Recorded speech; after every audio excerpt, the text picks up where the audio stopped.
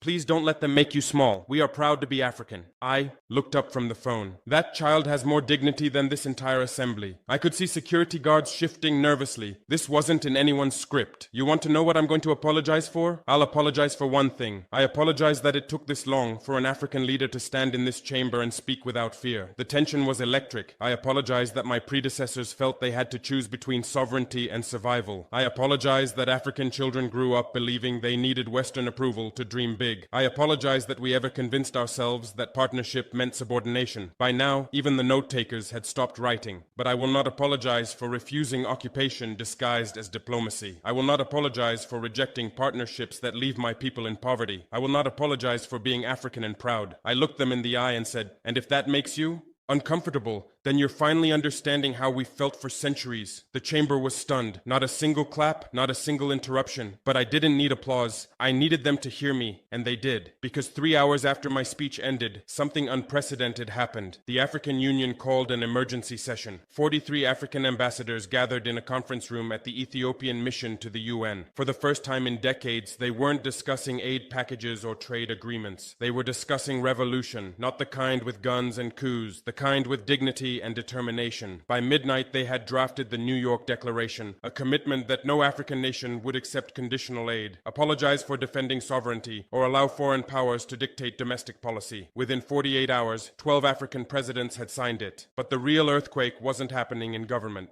buildings. It was happening in the streets. In Nairobi, university students organized Dignity Day, a campus-wide teach-in about African self-determination. In Lagos, market women began refusing to sell products from companies that supported Israeli settlements. In Accra, musicians wrote songs sampling excerpts from my UN speech. In Cape Town, artists painted murals showing African leaders from Nkrumah to Mandela to me with the caption, "The Unbroken Chain." The next morning, the headline screamed, "Burkina Faso's Traore Bates on defying the West. African leader refuses to apologize." Traore's fiery speech stuns global diplomats. They couldn't believe I had done it. They thought I'd be tame, calculated, careful. Instead, I was everything they fear in an African leader. Unscripted, unbought, unapologetic. Within 24 hours, the retaliation began. The European Union froze $27 million in development funds. The IMF postponed a debt relief review. French media launched a smear campaign,